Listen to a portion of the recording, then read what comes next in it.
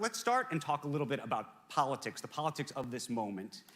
You historically actually have been in favor of a wealth tax, I think. Of a high estate tax. Of a high estate tax. Yeah. So there is now on the table, Elizabeth Warren has a true wealth tax on the table, 6% for billionaires. It would cost you, I believe, close to $6 billion annually if you had to pay it on top of what you already pay. What do you think of all of this? Well, I think the span of the two parties in terms of where they are in taxation has never been so broad. You have, one party reducing corporate taxes, still supporting carried interest. Taxes on capital are way, way less than on labor. And, the estate tax, they're still talking about, hey, that's a bad thing, that a dead person should pay part of their wealth, and you should reduce these accumulations of wealth. And now, on the other side, you have, as you say, a 6% wealth tax. I happen to believe something in the middle. I think you can make the estate tax higher.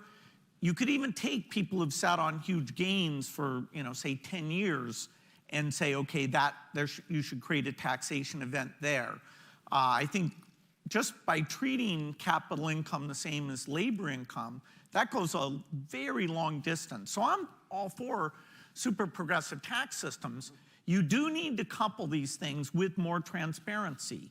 The fact that you can, through trust-like structures, hide lots of beneficial ownership and get away with a lot, both at the corporate level and at the individual level, we can do a lot better there. So I'm impressed that there are a few candidates that go even beyond my view.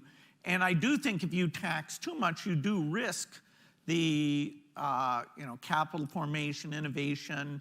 U.S. is the desirable place to do innovative companies.